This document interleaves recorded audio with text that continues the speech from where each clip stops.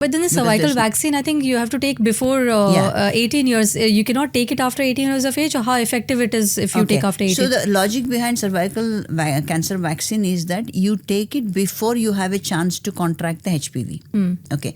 So when do you contract the HPV? When you become sexually active.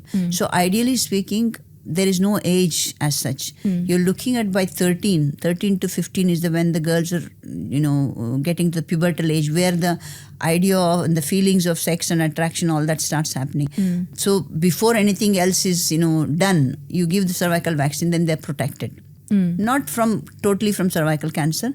The vaccine has only certain number of viruses which it protects. There are many more viruses which are still causing cervical cancer, but it gives you a certain amount of protection. So if somebody is becoming sexually, ideally speaking, in the by the books, till you're 18, you're not supposed to be sexually active. If you're active, then it becomes a child rape if whoever is having sex with you. So that's where the 18 years comes. But it is more to do with before sexual activity, before first sexual activity. Right. So coming to the question of, let's say now people come to me who's already, 35 years, had one child, married, everything, then can I have cervical vaccine?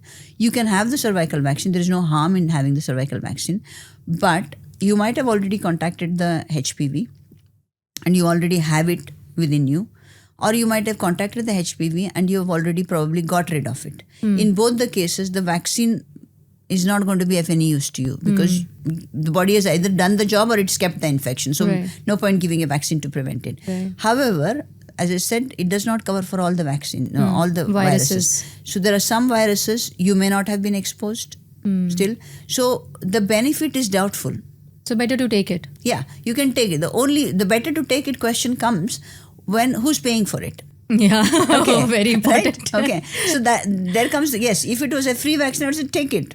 Nothing to lose. Take it. You might have some benefit. You may not have some benefit down the drain, but take it. Right. The next question is the insurance does not pay for it. Bring the husband along. Yeah. So if somebody is ready to pay for it, take it. Med Talks by Dr. Anitha, making medicine more human.